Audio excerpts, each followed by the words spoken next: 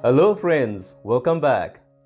और स्टार्ट करते हैं सभी टाइप के अल्कोहल्स को बनाने के बेसिक स्टेप फर्मेंटेशन को। रेडी? ग्रेट। सो ये तो तुम्हें पहले से ही पता है कि फर्मेंटेशन उस प्रोसेस को कहते हैं जिसमें किसी भी चीज का केमिकल ब्रेकडाउन बैक्टीरिया या फिर यीस्ट की मदद से हो जाता है। और इसी बेसिक केमिकल रिएक्शन की वजह से सभी तरह के अल्कोहलिक बेवरेजेस बनाए जाते हैं। तो किसी भी लिक्विड को अल्कोहल में कन्वर्ट करने के लिए उसमें शुगर कंटेंट का होना कंपलसरी है। अब यीस्ट शुगर पर रिएक्ट करती है और यीस्ट का ये रिएक्शन शुगर को अल्कोहल और CO2 मतलब कार्बन डाइऑक्साइड में कन्वर्ट कर देता है। और जब इसी यीस्ट के शुगर पर रिएक्शन को जब हवा से एक्सपोज कर देते हैं तो यही लिक्विड विनेगर बन जाता है। इसलिए विनेगर को साउर वाइन भी कहते हैं। अब तुम शायद सोच रहे होगे कि ग्रेप जूस, एप्पल जूस या पेयर जूस से जो ड्रिंक्स बनती हैं उनका तो समझ में आता है क्योंकि वो मीठे होते हैं, तो उनके अंदर शक्कर होती है, तो यीस्ट उस पर रिएक्ट करके उनको अल्कोहल में बदल सकती है। पर विस्की, वोडका, जिन वगैरह का क्या? ये तो फ्रूट जूस से नहीं बनते, ये तो ग्रेन, सीरियल्स या पोटैटो वगैरह से बनते हैं। तो इनमें शुगर कहाँ से आया? ये तो मीठे नहीं लगते खाने पर। तो इसका जवाब है कि ये बात सही है कि ये डायरेक्टली खाने में मीठे नहीं लगते, पर ये स्टार्च से लोडेड होते हैं। और जैसा कि तुमको पता ही है कि स्टीम करने से या बॉईल करने पर स्टार्च शुगर में कन्वर्ट हो जाता है, जैसा कि चावल या पोटैटो के साथ होता है। और ग्रेन्स, सीरियल्स वगैरह की इसी क्वालिटी को यूज करके विस्की या वोडका जैसी अल्कोहलिक ड्रिंक्स बनाई जाती हैं। और अब इसी फर्मेंटेशन प्रोसेस को तो मॉलिक्यूलर लेवल पर एक लाइन में समझो। जब यीस्ट शुगर पर रिएक्ट करता है तो शुगर 4 मॉलिक्यूल्स में टूट जाती है, जिसमें कि 2 मॉलिक्यूल्स होते हैं इथाइल अल्कोहल के और 2 मॉलिक्यूल्स होते हैं कार्बन डाइऑक्साइड के, जिसकी वजह से अल्कोहल तैयार होने लगता है। और बस यही रिएक्शन है। तो फर्मेंटेशन प्रोसेस क्लियर हो गया? ठीक है, तो आगे चलते हैं और अब देखते हैं फर्मेंटेशन प्रोसेस के एक मेन हीरो के बारे में, यीस्ट के बारे में। तो यीस्ट की 2 मेन कैटेगरीज हैं। पहला natural yeast, second cultured yeast. तो नेचुरल यीस्ट, अब जैसा कि नाम से ही आइडिया लग जाता है कि ये यीस्ट नेचुरल रिसोर्सेज से मिलती है। देखो, बहुत सी यीस्ट एयर में मतलब हवा में मौजूद रहती है और बहुत कॉमनली तो तुमने देखा होगा कि ग्रेप्स की स्किन पर कुछ वो सफ़ेद सफ़ेद सा पाउडर लगा रहता है, वो नेचुरल यीस्ट ही है। और इसी तरह फ्लाइज और बीज वगैरह की हेल्प से ये यीस्ट हवा से और बाकी रिसोर्सेस की हेल्प से फ्रूट्स और यहां वहां ट्रैवल करती रहती है। समझ में आ गया? सिंपल है ना? अब कल्चर्ड यीस्ट। तो cultured yeast top class natural yeast के स्ट्रेन्स होते हैं, जिसको कि लेबोरेटरी में कल्टीवेट करते हैं, जिससे कि अब ये लेबोरेटरी में बनकर तैयार हुई यीस्ट नेचुरल यीस्ट से ज़्यादा एफिशिएंट होती है शुगर को अल्कोहल में कन्वर्ट करने के लिए। और अब देखते हैं वाइन या अल्कोहल के प्रोडक्शन में यूज होने वाली यीस्ट को, उनकी वैरायटीज को और वो कैसे काम करती हैं। तो यीस्ट की हजारों वैरायटीज होती हैं, पर अल्कोहल बनाने के लिए जो सबसे इंपॉर्टेंट यीस्ट है वो 4 वैरायटीज की है और वो चारों सैक्रोमाइसिस फैमिली को बिलोंग करती हैं और उनके नाम है सैक्रोमाइसिस सेरावीसिए, सैक्रोमाइसिस कार्ल्सबर्जिनिस, सैक्रोमाइसिस एपिकुलेटिस और सैक्रोमाइसिस एलिप्सोइडियस। तो सैक्रोमाइसिस सेरावीसिए ये यीस्ट बियर में काफ़ी ज़्यादा यूज़ होती है।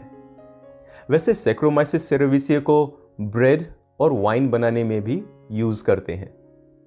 ये 0 to 25 डिग्री सेंटीग्रेड के वार्मर टेम्परेचर्स पर फर्मेंट होती है और इसलिए ये एक टॉप फर्मेंटिंग यीस्ट की कैटेगरी में आती है और एल्स, लिकर, पोर्टर और हाई अल्कोहलिक लिकर बनाने में सैक्रोमाइसिस सेरावीसिए को यूज करते हैं। याद रखना, हाई अल्कोहलिक लिकर बनाने में सैक्रोमाइसिस सेरावीसिए को यूज करते हैं। और अब सैक्रोमाइसिस कार्ल्सबर्जिनिस, तो ये एक बॉटम फर्मेंटिंग यीस्ट है और 5 to 10 डिग्री सेंटीग्रेड के लोअर टेम्परेचर पर काम करती है। ये लागर और दूसरे लो अल्कोहलिक बेवरेज बनाने में काम आती है। तो टॉप फर्मेंटिंग यीस्ट और बॉटम फर्मेंटिंग यीस्ट के डिफरेंस के बारे में तुमको भी आगे पता चल जाएगा। और अब सैक्रोमाइसिस एपिकुलेटिस, ये एक वाइल्ड यीस्ट है। ये ग्रेप्स की स्किन पर मिलने वाली और वाइन मेकिंग में यूज होने वाली एक बहुत ही कॉमन यीस्ट है। एपिकुलेटिस को स्टार्टर यीस्ट भी कहते हैं क्योंकि वाइन मेकिंग प्रोसेस में जब फर्मेंटेशन स्टार्ट होता है और अल्कोहल बनना स्टार्ट हो जाता है, तो जैसे ही अल्कोहल का कंटेंट 4% पर पहुंचता है तो ये इनएक्टिव हो जाती है। मतलब सैक्रोमाइसिस एपिकुलेटिस ज़्यादा से ज़्यादा सिर्फ 4% अल्कोहल कंटेंट तक ही एक्टिव रह पाती है और इसके इनएक्टिव होने के बाद दूसरी वाइन यीस्ट हरकत में आ जाती है और फर्मेंटेशन को पूरा करती है। सैक्रोमाइसिस एपिकुलेटिस की 2 क्वालिटी या कहूं कि 2 कमजोरियां होती हैं कि वो सिर्फ ऑक्सीजन की प्रेजेंस में ही काम कर पाती है और दूसरा कि वो सल्फर डाइऑक्साइड से भी एक लिमिटेड क्वांटिटी में ही टॉलरेंट होती है। और इसलिए इस प्रॉब्लम को सॉल्व करने के लिए फर्मेंटेशन के स्टार्ट होने से पहले ही बहुत ही स्ट्रिक्ट कंट्रोल्ड क्वांटिटी में सल्फर डाइऑक्साइड को इंट्रोड्यूस कर देते हैं, जिससे कि एपिकुलेटिस इनएक्टिव हो जाती है और दूसरे अनवांटेड बैक्टीरियाज भी।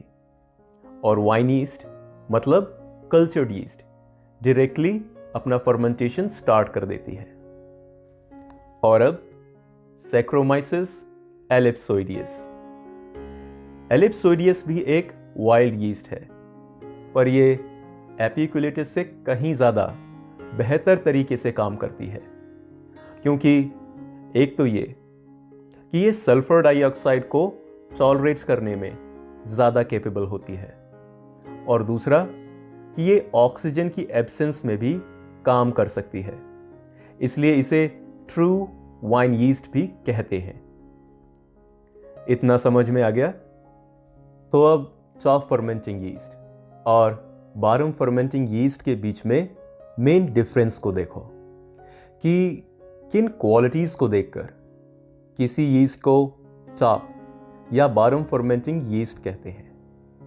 तो फर्स्ट, टॉप फर्मेंटिंग यीस्ट। देखो, ये वो यीस्ट होती है जो कि वार्मर टेम्परेचर्स पर एक्टिव रह सकती है और ये टेम्परेचर रेंज करता है 10 degree centigrade to 25 degree centigrade के बीच में।